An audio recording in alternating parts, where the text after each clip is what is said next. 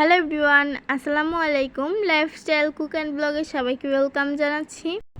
গ্যালারির মধ্যে অনেক আগের একটি ভিডিও ছিল, ভাবলাম আপনাদের সাথে শেয়ার করি। যখন আমার প্রথম চ্যানেল ছিল তখন এটা ভিডিও করা হয়েছিল, কিন্তু ওই চ্যানেলে আর ছাড়া হয়নি। তখন কিন্তু এই জুসটা খুব বেশি ভাইরাল ছিল। এই জুসটার নাম হচ্ছে বলকি ড্রিঙ্ক। কে কে ট্রাই করেছেন অবশ্যই কমেন্ট করে জানাতে পারেন। আর এটা খেতেও কিন্তু অনেক মজা ছিল। আর সবাই আমার ব্যাকগ্রাউন্ডটা স্কিপ করবেন, কারণ এটা অনেক আগের ভিডিও।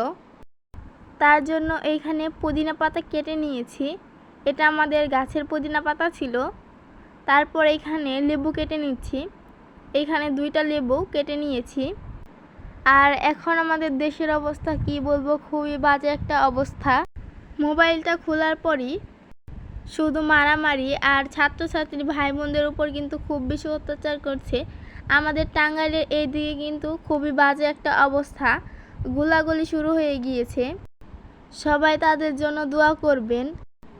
আর যারা মৃত্যুবরণ করেছে তাদের জন্য আল্লাহ তাআলা জান্নাতবাসী করেন। শুধু টাঙ্গাইল ঢাকা না, বাংলাদেশের সব জায়গায় এখন আন্দোলন হচ্ছে। তার পাশাপাশি আমাদের পড়াশোনায় ক্ষতি হচ্ছে। আল্লাহ তাআলার কাছে দোয়া চাচ্ছি যেন এটা তাড়াতাড়ি সুষ্ঠুভাবে শেষ হয়ে যায়, আর কোনো মায়ের বুক যেন খালি না হয়। আপনারা সবাই তাদের জন্য দোয়া করবেন। এখন ভিডিও সম্পর্কে কিছু বলি। এইখানে লেবুগুলোকে কেটে নিচ্ছি, ছোটো ছোটো পিস করে কেটে নিয়েছি লেবুগুলোকে। আর এইখানে মরিচ নিয়ে নিয়েছি। কাঁচামরিচগুলোকে মাঝখান দিয়ে ফালি করে নিচ্ছি।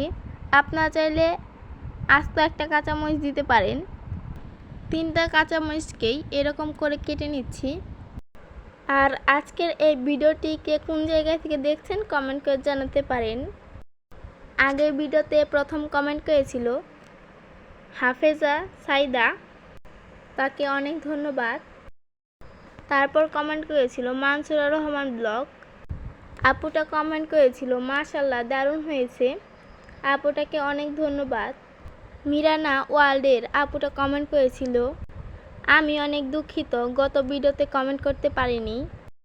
কাজের ব্যস্ততার মাঝে অনেক সময় দেখা যায় কমেন্ট করা যায় না, এটার মধ্যে দুঃখের কিছুই নেই।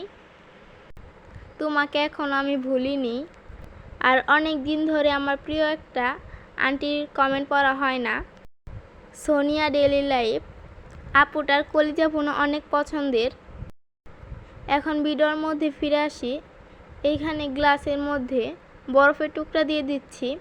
এখানে 2 পিস করে দিয়ে দিচ্ছি, আপনারা চাইলে আরও বাড়িয়েও দিতে পারেন। তারপর দিয়ে দিচ্ছি পুদিনার পাতা।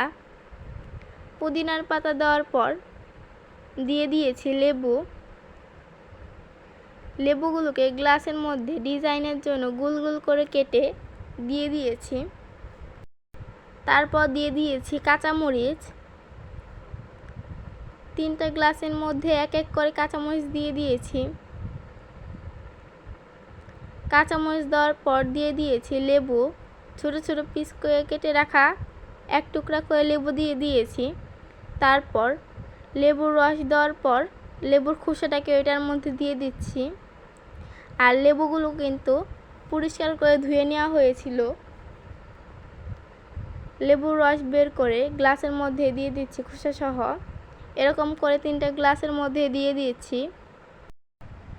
আপনারা চাইলে কিন্তু বাড়িতে এটা খুব সহজেই বানিয়ে নিতে পারবেন। সব কিছুই বাড়িতে কম বেশি থাকে, আর এটা খেতেও কিন্তু অনেক মজা হয়ে থাকে। লেবুগুলো দেওয়ার পর এখন দিয়ে দিচ্ছি চিনি। এইখানে 1 চামচ করে চিনি দিয়ে দিয়েছি, আপনারা চাইলে কমিয়ে বা বাড়িয়েও দিতে পারেন। 3টা গ্লাসের মধ্যে 1 চামচ করে চিনি দিয়ে দিব। এখন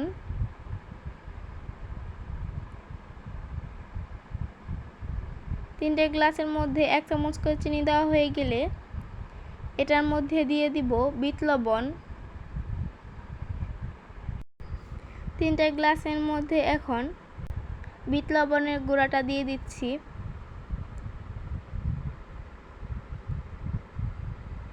বিট লবণের গুঁড়া দেওয়া হয়ে গেলে এটার মধ্যে দিয়ে দিচ্ছি ডেইলি আরসি।